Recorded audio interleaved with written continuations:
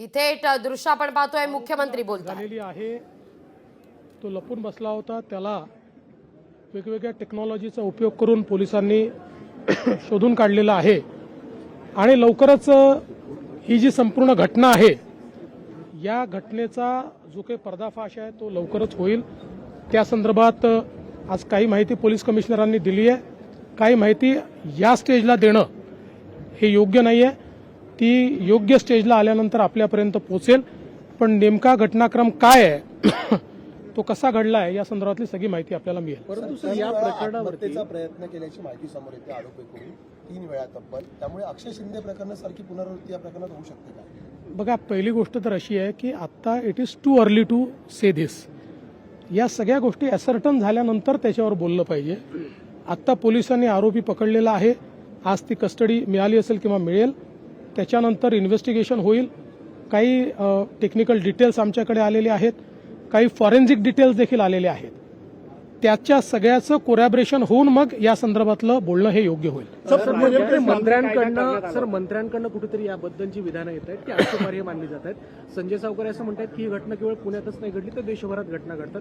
योगेश कदम म्हणाले की तरुणीनं प्रतिकार केला नाही म्हणून घटना घडली. मला असं वाटतं की योगेश कदम जे बोलले त्याला वेगळ्या पद्धतीनं घेतलं गेलं. योगेश कदम जे बोलण्याचा प्रयत्न करत होते त्यात माझा स्वतःचा असा समज आहे की ते सांगण्याचा प्रयत्न करत होते की हा क्राऊडेड एरिया आहे, लोक होते, ही बस काही आतमध्ये नव्हती, ही बाहेरच होती, पण लोकांना प्रतिकार होताना त्या ठिकाणी लक्षात आला नाही असं सांगण्याचा त्यांचा प्रयत्न होता. तथापि ते नवीन आहेत, यंग मिनिस्टर आहेत, काही करण्याचा प्रयत्न करतात. त्यामुळे मी त्यांना हा सल्ला देईल की अशा प्रकरणात बोलताना थोडं अधिक सेन्सिटिव्ह आपल्याला बोललं पाहिजे. कारण बोलताना काही चूक झाली तर त्याचा समाज मनावर एक वेगळ्या प्रकारचा परिणाम होतो. निश्चितपणे जेही मंत्री असतील किंवा लोकप्रतिनिधी असतील अशा घटनांच्या संदर्भात बोलत असताना त्यांनी सेन्सिटिव्हली बोललं पाहिजे असं सगळ्यांनाच माझा सल्ला असेल.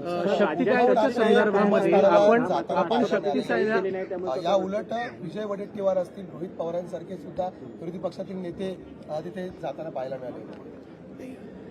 ज्याचा सनातनवर विश्वास आहे, ज्याला हिंदू जीवन पद्धती ही त्या ठिकाणी प्रिय आहे, असे सगळे लोक कुंभमध्ये गेले. काही लोक नाही गेले, त्याची वेगळी कारणं असू शकतात. मी काही कोणी गेलं नाही म्हणून त्यांचं सनातनवर प्रेम नाही असं म्हणणार नाही. त्यांची आपली कारणं असतील. जे गेले त्यांचं प्रेम आहे असं आपण समजूया. केवळ दाखवण्याकरता गेले नाहीत असंही आपण समजूया. महिला सुरक्षेच्या संदर्भामध्ये एक विधेयक आपण बनवलं होतं. महिला सुरक्षेच्या संदर्भामध्ये शक्ती कायदा आपण बनवला होता, परंतु राष्ट्रपतींनी तो सहीशिवाय परत पाठवला अशी एक माहिती समोर आली आहे. काय नेमकं तथ्य आहे? असं नाही आहे. शक्ती कायदा जो आपण तयार केला होता तो अनेक कायद्यांचा अधिक्षेप करणारा कायदा होता आणि त्याच्यामध्ये मेजर जो केंद्रीय होम विभागाने त्या ठिकाणी काही ऑब्जेक्शन घेतले होते. त्यामध्ये सुप्रीम कोर्टाचे काही निर्णय होते ज्या निर्णयावरही तो अधिक्षेप करत होता. त्यामुळे तो अधिकार राज्याला नाही, म्हणून याच्यामध्ये काही बदल हे करण्याची आवश्यकता होती.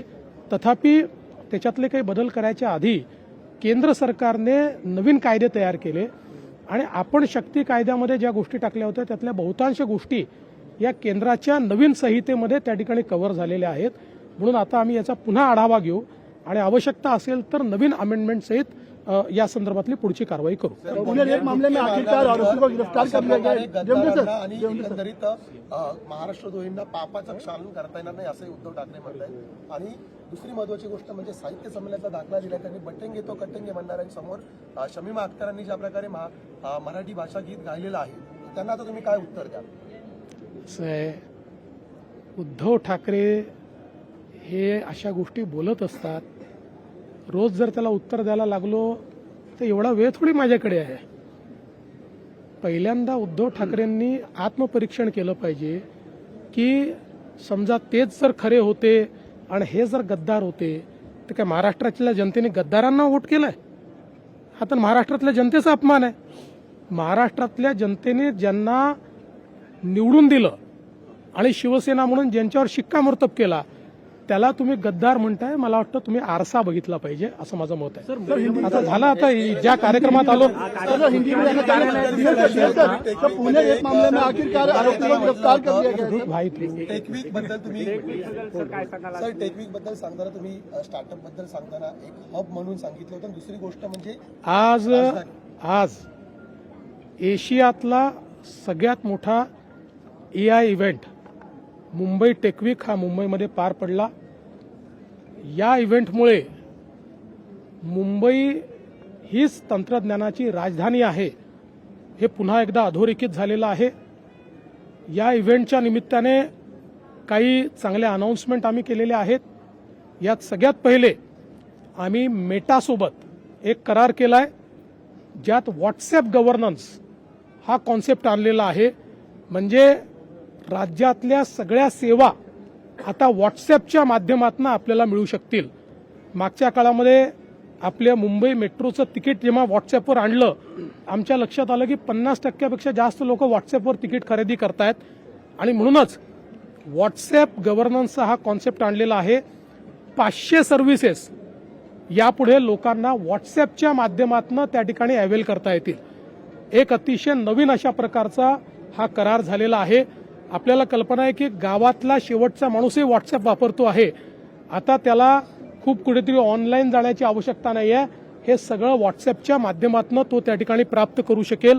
हा एक पहिला महत्त्वाची गोष्ट आम्ही या ठिकाणी केली आहे. दुसरी महत्त्वाची अनाउन्समेंट अशी आहे की आज NPCI ज्यांनी UPI तयार केलेला आहे, जगातला सगळ्यात मोठा टेक्नॉलॉजिकल पेमेंट गेटवे हा जो भारतामध्ये तयार झाला, ज्याला 80 देशांनी ज्याची सेवा घेतलेली आहे, अशा NPCIचं ग्लोबल हेडक्वार्टर हे मुंबईमध्ये तयार करण्याकरता आज आम्ही त्यांना जागेचे कागदपत्र हँडओव्हर केलेले आहेत. मुंबईकरता टेक्नॉलॉजी हब म्हणून ही सर्वात मोठी अनाउन्समेंट आहे की NPCIचं ग्लोबल हब किंवा त्यांचं ग्लोबल ऑफिस हे आता मुंबईमध्ये येत आहे. यासोबत एक मेकॅन्झीचा रिपोर्ट आम्ही आज अनवील केलेला आहे.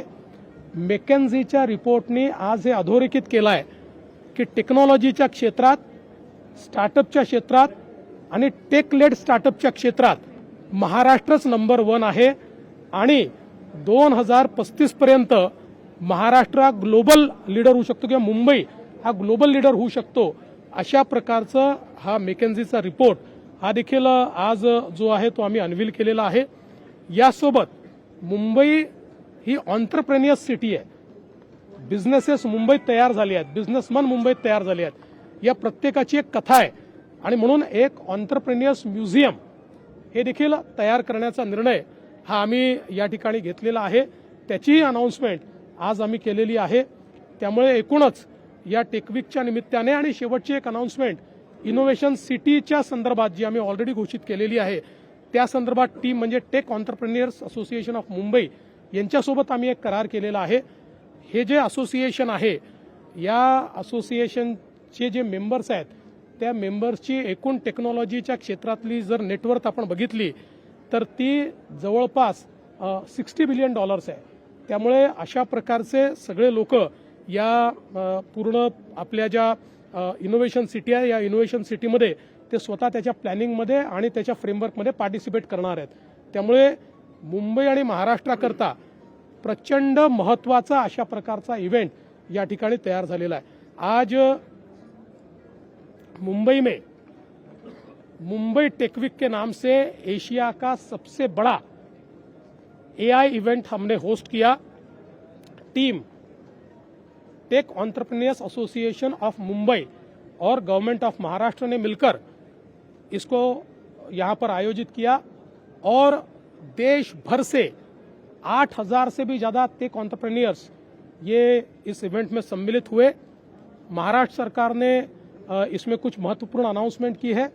सबसे पहली अनाउंसमेंट हमारी ये है कि मेटा के साथ हमने एक MOU किया है जिसके माध्यम से हम व्हाट्सएप गवर्नेंस शुरू कर रहे हैं और महाराष्ट्र के लोगों को व्हाट्सएप के माध्यम से 500 सर्विसेज हम लोग अवेल करके देंगे. तो एक प्रकार से सर्विसेज का डेमोक्रेटाइजेशन जो है वो व्हाट्सएप के माध्यम से हम लोग कर रहे हैं. क्योंकि महाराष्ट्र का अंतिम आदमी भी व्हाट्सएप को इस्तेमाल करना जानता है। तो एक ये बहुत महत्वपूर्ण इस प्रकार की अनाउंसमेंट हमने की है। इसके साथ साथ आज एनपीसीआई जिन्होंने यूपीआई तैयार किया है, दुनिया का सबसे बड़ा पेमेंट गेटवे आदरणीय मोदी जी के नेतृत्व में जो तैयार हुआ है, उस एनपीसीआई को उनके ग्लोबल हेडक्वार्टर के लिए मुंबई में हमने जमीन दी है। उसके आने से मुंबई की एक टेक्नोलॉजिकल जायंट के रूप में जो हमारी एक पहचान है उसको और पुष्टि मिलेगी। इसके साथ साथ एक हमने एंटरप्रेन्योर्स म्यूजियम भी यहाँ पर अनाउंस किया है।